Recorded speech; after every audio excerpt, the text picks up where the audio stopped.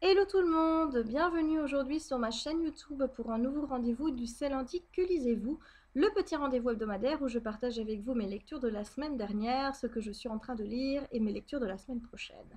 Alors la semaine passée, je vous laissais sur le roman de Sarah Shepard, l'auteur de Pretty Little Liars, avec sa nouvelle saga parue chez Territoire, donc la collection jeunesse des éditions Fleuve Noir. Il s'agit de The Lying Game, tome 1, Tuez-moi, de Sarah Shepard donc. Alors j'ai beaucoup aimé ce roman, même si je dois dire que j'ai mis quelques jours à le lire, je me suis pas pressée. On a un petit peu profité cette semaine avec Chéri pour regarder quelques séries, dont The Lying Game, donc forcément j'ai eu un peu moins de temps pour lire. J'ai essayé aussi de résorber mon retard au niveau des chroniques, même si j'en suis toujours à 3. Donc voilà, ceci étant cela, donc j'ai mis un peu plus de temps pour lire ce bouquin, mais je l'ai vraiment aimé. Seule petite particularité, c'est que j'ai commencé à regarder la série dont est tiré la série qui est tirée du roman. Et comment vous dire, j'avais tout le temps les personnages en tête. Et comme la série a pris beaucoup de liberté, comme c'est souvent le cas par rapport au roman original, même si on retrouve certains éléments qui reviennent dans la série, parfois pas au bon moment, comme c'est dans le bouquin. Comment vous dire, ça m'a fait un peu bizarre de me retrouver dans le monde d'Emma et Sutton avec une histoire qui était vraiment très différente de celle que j'ai l'habitude de regarder à la télé.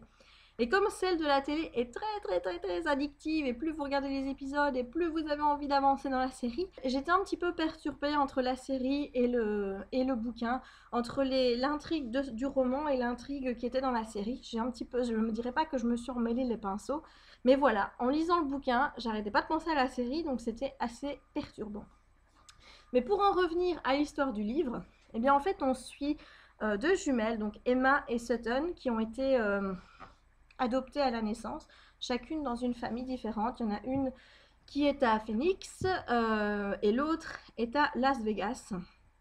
Et Emma, qui est à Las Vegas, n'a pas eu autant de chance que Sutton, qui est vraiment dans une famille très aisée.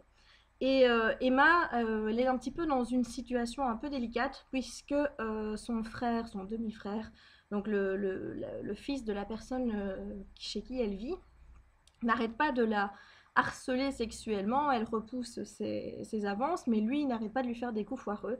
Et la dernière en date, eh bien, c'est d'avoir piqué le fric de sa mère et l'avoir caché dans le sac de Emma. Et là, bah, la mère, quand elle voit l'argent, on a beau lui dire que c'est pas Emma qui l'a pris, elle la croit pas. Et elle lui dit, ben voilà, quand tu as 18 ans, dans une semaine, je veux que tu t'en ailles d'ici. Et en attendant, son frère va lui montrer une vidéo sur YouTube où on voit une fille qui ressemble énormément à Emma en train de se faire étrangler. Et elle se dit, mais elle est troublée par cette ressemblance avec cette fille. Et elle va faire des recherches sur Internet. Et elle va tomber sur le profil de Sutton. Et elle va lui envoyer un message en lui disant, écoute, je pense qu'on est sœurs parce que on est pareil. Et elle va recevoir un message de Sutton qui va lui répondre, écoute, moi j'aimerais bien qu'on se rencontre, retrouve-moi à tel endroit à telle heure. Et surtout, tant que je ne suis pas là, tu ne dis rien. À personne, ça pourrait être dangereux. Et Emma va au dit rendez-vous, et là, pas de Sutton, c'est ses copines qui vont arriver, qui vont la prendre pour Sutton. Et bon, bah, le temps de la soirée, elle se dit, je vais jouer le jeu, je retrouverai Sutton chez elle plus tard. Sauf que plus tard, eh bien, il n'y a toujours pas de Sutton, et elle va recevoir un petit message qui lui dit, voilà, Sutton est morte, et si tu ne fais pas, si tu ne continues pas à te faire passer pour elle, tu seras la prochaine. Et donc, ben là, Emma va être un petit peu obligée de rester dans les shoes de sa sœur, de prendre sa place. Elle va apprendre à la connaître de cette façon. Et tout l'intérêt du livre, évidemment, mais c'est de savoir qui en voulait à Sutton au point de vouloir la tuer, et surtout, mais qui met Emma en danger. Voilà. Et franchement, j'adore. Il y a un sens du suspense qui est dingue. Quand vous lisez ce bouquin, c'est simple, vous suspectez tout le monde, même la sœur de Sutton, donc Laurel, bah, je l'ai suspectée à un moment. Je vous assure que c'est très addictif. La série est un petit peu construite sur la même dynamique, sauf que là, Sutton n'est pas morte dans la série, les deux sœurs sont toujours en vie. Donc c'est ça la grosse différence, mais sinon c'est très addictif. Et sincèrement, je vous conseille de lire ce roman et de regarder la série, parce qu'il est vraiment super. Ma chronique à venir, et il y aura sûrement un petit comparatif avec la série télé. Alors ensuite, j'avais envie de tendresse. Alors j'ai lu le second tome de la saga Irrésistible Alchimie de Simone Elkeles. J'ai donc lu Irrésistible Attraction, toujours publié aux éditions La Martinière. Alors, est-ce que j'ai lu les romans un peu trop rapprochés? J'en sais rien. J'ai pris autant de plaisir à lire Irrésistible Attraction que j'en avais pris pour lire Irrésistible Alchimie. Mais voilà, en lisant le bouquin, je me suis dit, bah, en gros, on change le personnage, on a Carlos, mais on a une histoire qui est construite un petit peu sous le même schéma, même si c'est un petit peu différent. Et bien que ce soit le gros défaut que j'ai remarqué, donc comment dire, le fait que les deux tomes se ressemblent de trop, eh bien j'ai quand même aimé, j'ai apprécié, j'ai adoré le personnage de Carlos, même si moi personnellement, je vous avoue que je préfère quand même le personnage d'Alex. J'aime bien le personnage de Chiara, que j'ai préféré à Brittany. Donc vous voyez, il y a des choses que je préfère dans l'un, des choses que je préfère dans l'autre. J'ai encore eu des tas de petits papillons en lisant le bouquin et je trouve que c'est vraiment ça la force de Simone Elkeles, c'est de pouvoir mettre autant d'émotions dans ses relations que même à 30 ans, vous avez l'impression d'être une gamine de 16 ans qui est en train de vivre ses premiers émois amoureux. Et de retrouver ces sensations qu'on avait à cet âge-là et qu'on n'a plus puisqu'on grandit quand même, hein. Mais je trouve ça magnifique, je trouve ça génial et c'est sans doute pour ça que je vais acheter Chain Reaction en anglais parce que je suis pas sûre que j'attendrai la sortie VF pour suivre les aventures de Luis, le dernier frère Fuentes. Voilà. Alors, c'est tout pour mes lectures de la semaine dernière. On va passer à ce que je lis. Et je lis Un jour de David Nichols, paru aux éditions 10-18. Alors, j'ai pas lâché le domaine amoureux, vu qu'on est ici dans une histoire un peu romance également. Donc, on suit Emma et Dexter, qui sont deux jeunes quand on commence le roman, puisqu'ils viennent de terminer l'université, ils ont leur diplôme, ils passent la nuit ensemble, ils parlent beaucoup et on a l'impression voilà, qu'ils se sont trouvés. Mais voilà, les aléas de la vie font qu'il y en a un qui part découvrir un petit peu le monde et l'autre qui avait des bonnes notes à l'école.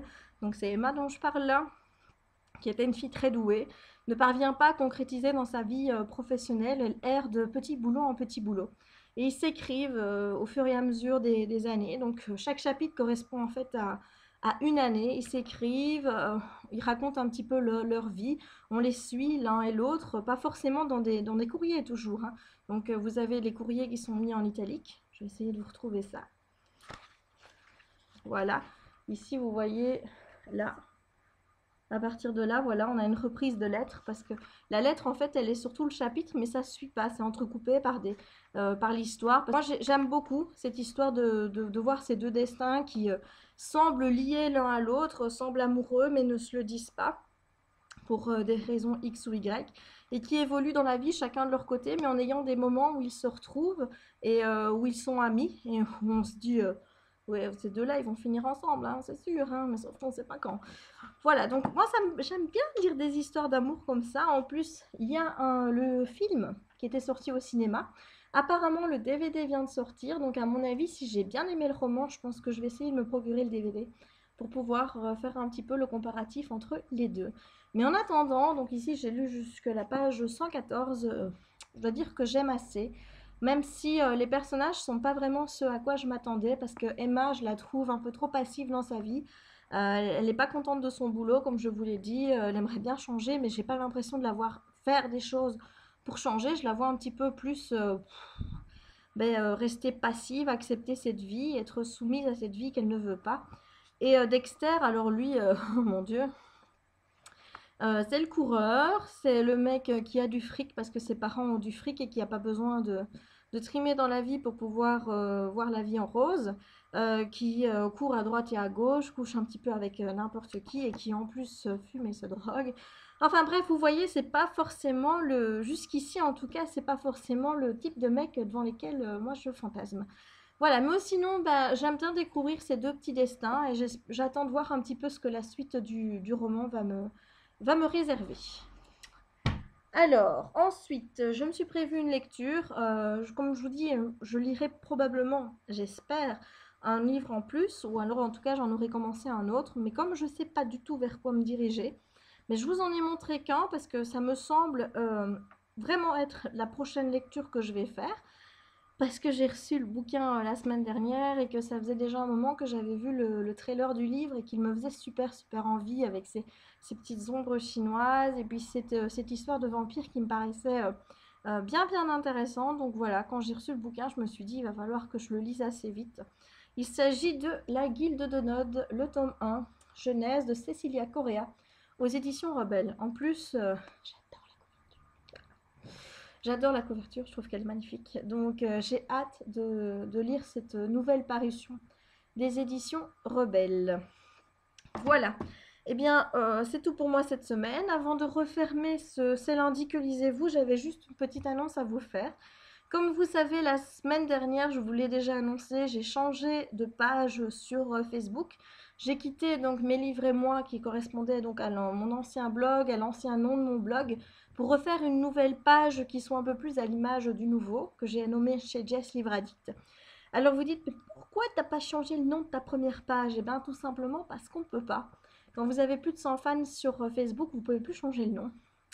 Donc du coup, obligé d'en refaire une nouvelle.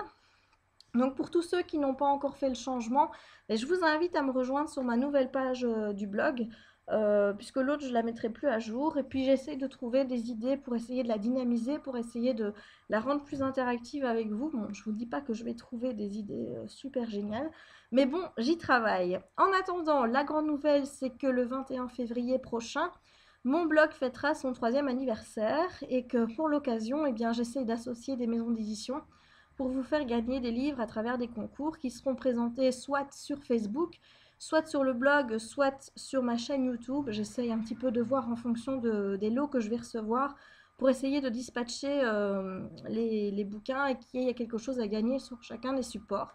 Mais en attendant, j'ai déjà lancé sur Facebook la course aux membres, puisque j'aimerais bien récupérer mes 600 membres de mon ancienne page sur la nouvelle. Là, on est à la moitié, on est à 320 et une chic, je crois.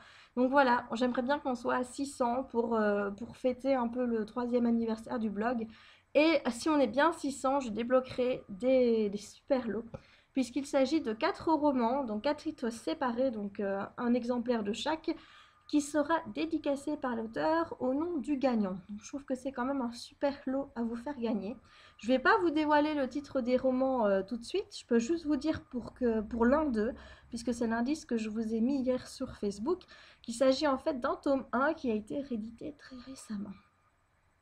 Voilà, je pense que vous avez tous compris. Donc si vous souhaitez pouvoir participer à ces concours, eh bien, partagez mon lien, faites qu'il y ait 600 fans pour le 21 février. Et à la date de mon blog, à la date de mon anniversaire de blog, je ferai des petits concours. Il y en a un qui sera réservé exclusivement sur Facebook, évidemment pour remercier tous les gens qui se sont inscrits à ma page. Et j'essaierai d'en mettre également un sur le blog et un sur la page YouTube. Voilà. Je vous fais des gros bisous et je vous dis à très vite pour de prochaines vidéos. Ciao!